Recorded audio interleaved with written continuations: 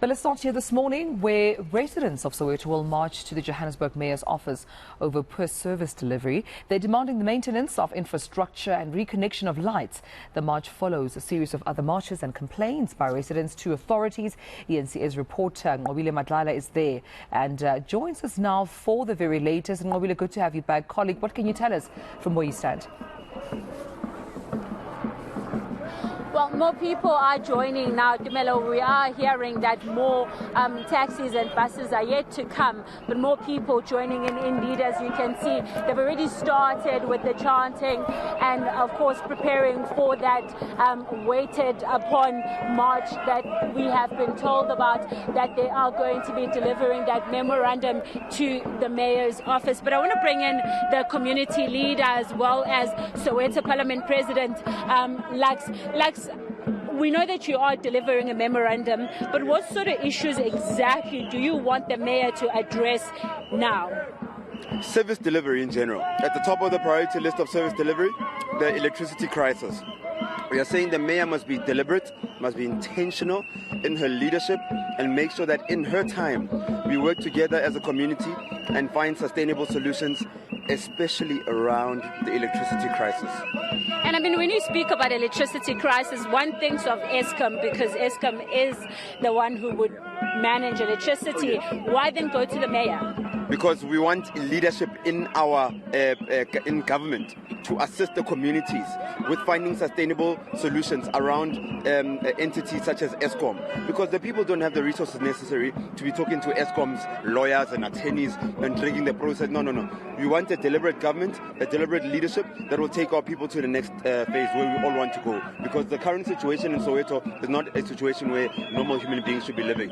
Let's talk about that current situation. You're talking about transformers that are having issues in obviously creating electrical issues in the area. But tell me a bit more. What are these areas that are affected in Soweto? Look, I can count many areas, over 20, but we have areas 2 years without electricity. But don't only think of the household. Think of the schools that are in these areas. We've got schools that are without electricity. We are priding ourselves that our schools have the new smart board system. That requires technology. Even the life we live now, this requires electricity. We live in the fourth industrial revolution. Everything requires electricity. The phones, the cameras, the people to get this message from at home. It's all electricity. So there's no way that Soweto must be subjected to normalize the idea that we will be without electricity. When people are working from home, young people in Soweto seem incompetent. Why? Because you can't work from home without electricity. How does that work? There's no network, the towers are down. There's no laptop because it doesn't have power. So we just can't live in a situation where it's normalized that townships must be treated this way. So we're saying as much as the problem may be with Eskom, we need a deliberate leadership in our government that says that let's find solutions for our people and sustainable solutions at that. And I mean, let's talk about that Eskom issue as well. I mean, a lot of people, a lot of communities, and we understand from Eskom, have been in conversation with Eskom and they've been given a certain amount of money that needs to be paid. Would you say, are you saying that this whole thing that is currently ongoing is not working? Yeah. No, it's not working. Why? Because Eskom seems not to understand its own market. I'm now speaking business. If you're a service provider for a certain market, you need to master that market. You can't expect people to pay 6,000 rands for reconnection fees or whatever you want to call it. People that earn 350 income per household, because of that's all some houses get from government, the 350. Some grannies are on pension, they get 1,800 rand. At which point will they have enough money to pay 6,000 rand for Eskom to give them power, just to restore electricity? Forget paying every week or every month. So we are then saying to Eskom, it needs to find new management that understands this market, sit down with this market and see what's a sustainable solution. And by the way, we are not forced to be subjected to Eskom. If this relationship is not working, let's just call it a day very early. We'll go to alternative energy, or we'll go to city power, where we know that government can have influence over policies of Eskom, of the power supply, etc. Again, our people are asking me as a leader, we are worried about this coalition government because we are subjected to a coalition-led city now. Then what happens in 2024? When we say that the reality might be that we are moving towards a coalition government, we are now scared because political parties have partnered to run the city of Johannesburg. because that's what it is in simple English. And this is what we are subjected to. It's very scary. So I don't know what to say to the people when they ask that question, because not only about Eskom, it's general service delivery. We've got a kid called Lamini, who's 6 years old, Kaya. Yesterday was his birthday. He fell in a manhole. That's not covered.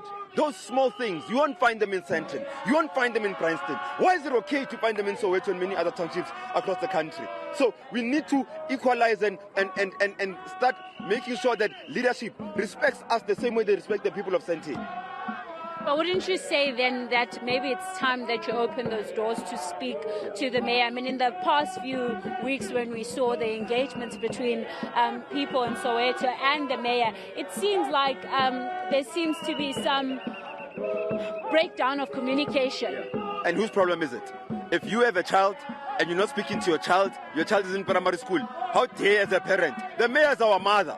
The mayor is the #1 citizen of this city. So are you saying the mayor must come down to you and you not go to the mayor? Which Goko will be able to go up to the mayor? It's easy to go down. Even the law of gravity at 9.8 helps you go down. Going down is easier than going up. So the mayor must get off a high horse, come to the people. Say, Granny, why are you full of tears? 1, 2, 3, let's solve it, because it's not okay that the grannies must be full of tears. Young people, what's your problem?